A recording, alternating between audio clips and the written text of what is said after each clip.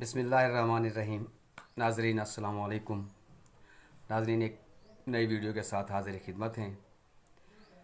पिछली दो वीडियो में हमने कुछ गवर्नमेंट के हक़ में भी बात की थी, कुछ माफियाज़ के बारे में भी बात की थी, कुछ इस निज़ाम हुकूमत कि पाकिस्तान में कौन सा निज़ाम हुकूमत आम आदमी के लिए बेहतर है उस पर भी बात की थी।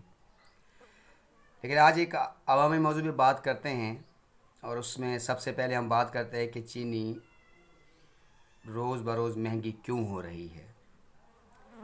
इसमें दो तीन चीज़ें बहुत बहुत इम्पॉर्टेंट है समझने की हैं कि चीनी जब शुगर मिल से बनती है और उसकी जो भी उसका प्रोसेस होता है, प्रोसेस होने के बाद चीनी जब मार्केट में आती है तो शुगर मिल्स को ये चीनी ऑलमोस्ट 45 से 50 रुपए में बढ़ती है पर केजी के हिसाब से। और उसके बाद ये 15 या 20 रुपए या 15 रुपए भी प्रॉफिट ले, 10 रुपए भी लें तो लाखों टन के हिसाब से इनके पास पैदा होती है। तो आप सोचते हैं कि ये कितना प्रॉफिट कमा सकते हैं, लेकिन इस माफिया को आदत हो गई है बहुत ज़्यादा पैसा कमाने की या बहुत ज़्यादा मुनाफा कमाने की। तो साफ ज़ाहिर है उसका असर तो आम आदमी के ऊपर पड़ता है। अब ज़्यादा मुनाफा की उनके जो इन्होंने इस हुकूमत से पहले जो सिस्टम ये बनाया हुआ था कि हुकूमत में जो लोग बैठे हुए थे उनके कारोबार भी वही हैं और जो अपोजिशन में बैठे हुए थे उनका कारोबार भी वही हैं। तो वो आपस में फ़ैसला कर लेते थे। केन कमिश्नर ने केन कमिश्नर भी उनका था जो कीमत का तयन करता है, कीमत भी उसने अच्छी बना दी चीनी के ऊपर से। एक्सपोर्ट के नाम पे इन्होंने गवर्नमेंट से 200-400 अरब की ये सब्सिडी पकड़ लेते थे। अब ये सोचें कि गवर्नमेंट से भी सब्सिडी ले ली और यहाँ से आम आदमी से भी मुनाफा कमा रहे हैं, तो ये कितना ज़्यादा मुनाफा बना रहे थे। उसी चीज़ को आके इस गवर्नमेंट ने पूछा कि भाई ये तो देखें, ये तो बनता ही नहीं है। आपकी जो भी कॉस्ट आती है चीनी के ऊपर उस पर एक ऊपर ही जायज़ जो मुनाफा होता है वो आप आवाम से लें, किसी को एतराज़ नहीं है। उस हिसाब से तो चीनी 60-65 रुपये से ऊपर नहीं जानी चाहिए।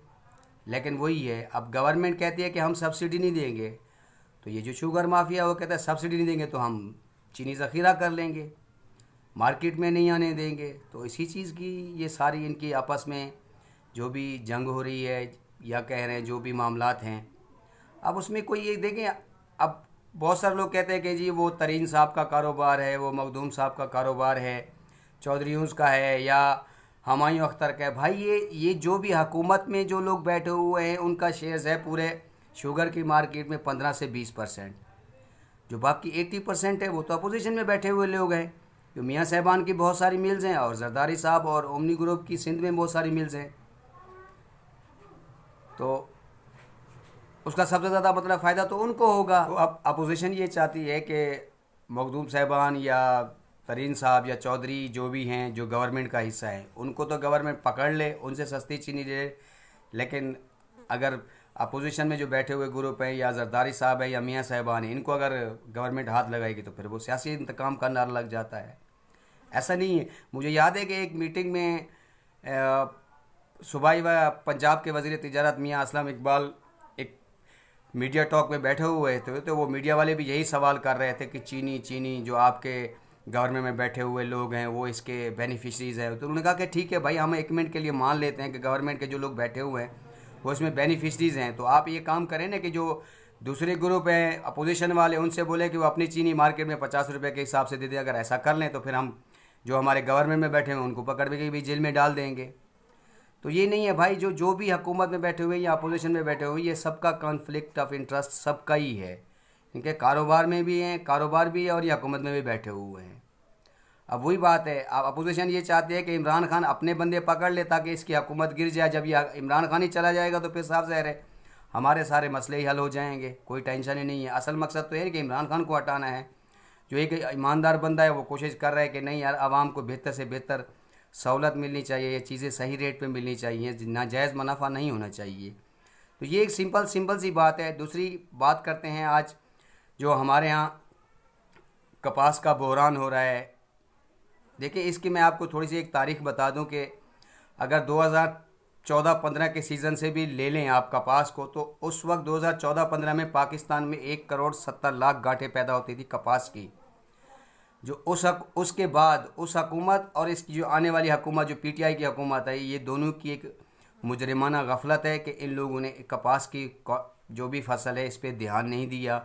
जो इसकी रिसर्च की जो भी इदारे इसके बने हुए थे नए सीड्स के बारे में, नए बीज के बारे में, इन लोगों ने उसके ऊपर तवज्जो नहीं दी है। आज ये पोजीशन है कि लास्ट ईयर 19-20 या 20-21 में टोटल 55 लाख गांठें पैदा हुई हैं कपास की।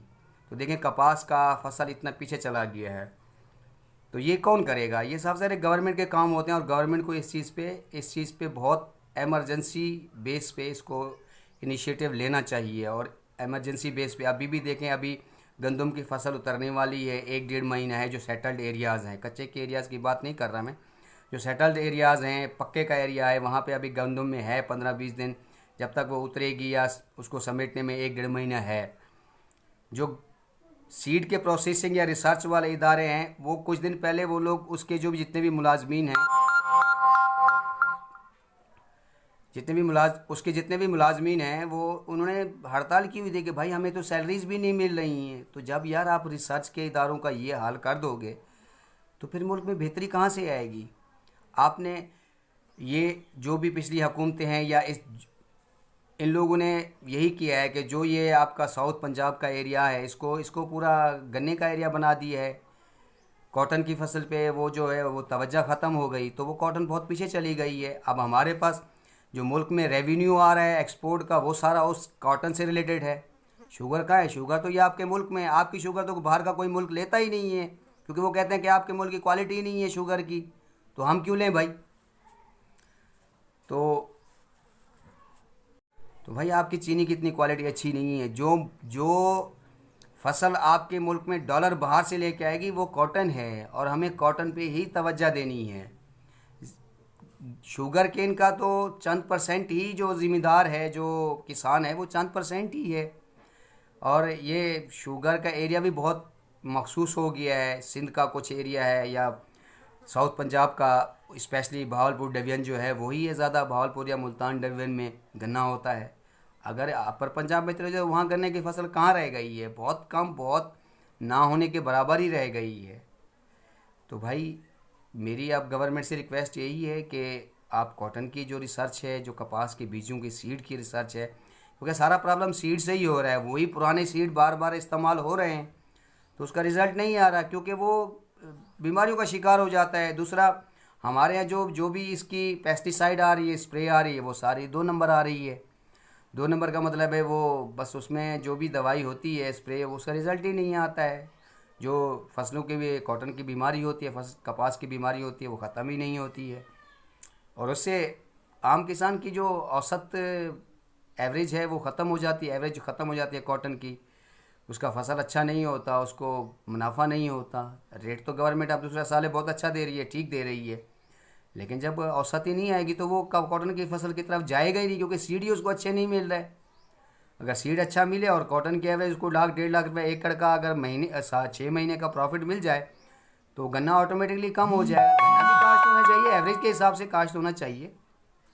ये तो हमारे यहाँ तो फिर बहुत ज़्यादा ओवर हो गया। वो जो कॉटन का एरिया है वो भी अब वो शुगर केन का एरिया बन गया है।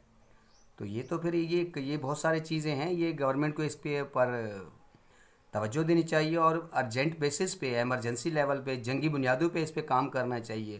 देखिए ये चीज़ें जो हैं ये बहुत आम आदमी को बहुत इफ़ेक्ट करती हैं।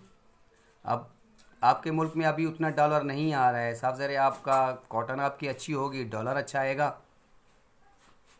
तो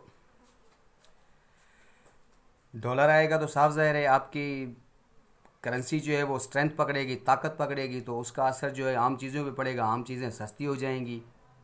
हम इसके अलावा भी बहुत सारी चीज़ें पैदा कर सकते हैं। अब हुकूमत कहती है कि भी जैतून की काश्त होनी चाहिए, जिससे हमारा मतलब ये जो आयल का मसला है, घी का मसला है, ये हल हो सकता है।